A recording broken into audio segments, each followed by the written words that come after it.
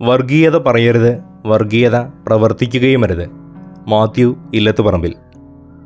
നിങ്ങൾ വർഗീയത പറയരുത്, വർഗീയമായി ഈ നാടിനെ വിഭജിക്കരുത്.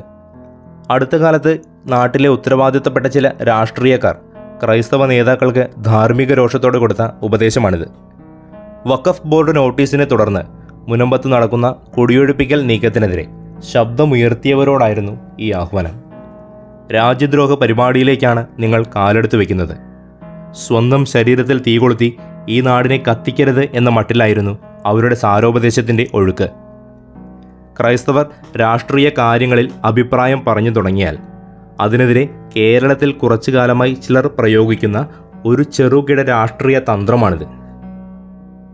വർഗീയവാദിപ്പട്ടം ക്രിസ്ത്യാനികളുടെ തലയിൽ ഇട്ടുകൊടുത്താൽ അവരുടെ വായടപ്പിക്കാം എന്ന ഗൂഢവിചാരമാണ് ഈ നീക്കത്തിന് പിന്നിൽ.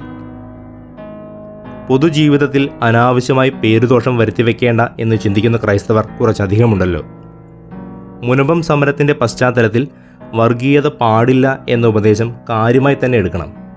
പക്ഷെ പരിശോധിക്കണം, എവിടെയാണ് വർഗീയത? ആരാണ് അതിൻ്റെ പ്രയോജകർ?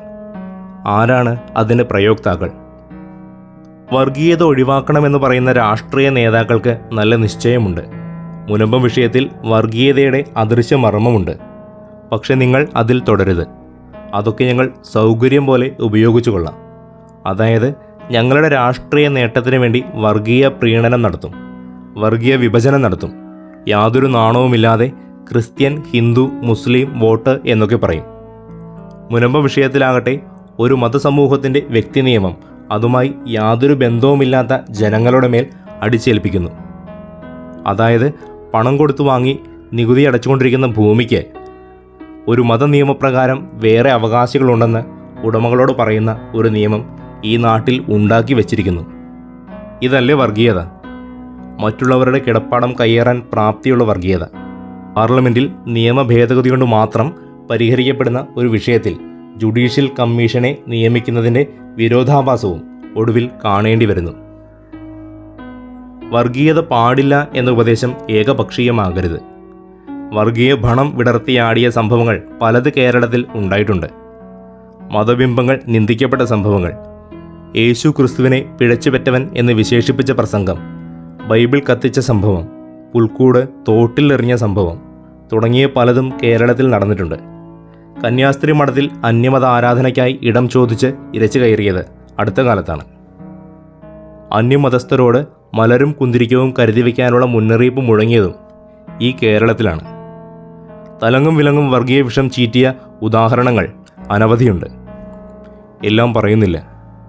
പക്ഷേ ഇത്തരം സന്ദർഭങ്ങളിൽ എവിടെയായിരുന്നു നിങ്ങളുടെ വർഗീയ വിരുദ്ധ നാവുകൾ? പ്രായോഗിക രാഷ്ട്രീയത്തിൽ ഉപ്പിലിട്ട് വച്ചിരിക്കുകയായിരുന്നു. മതാടിസ്ഥാനത്തിലുള്ള എല്ലാത്തരം പ്രീണനങ്ങളും വർഗീയ നീക്കങ്ങളാണ്.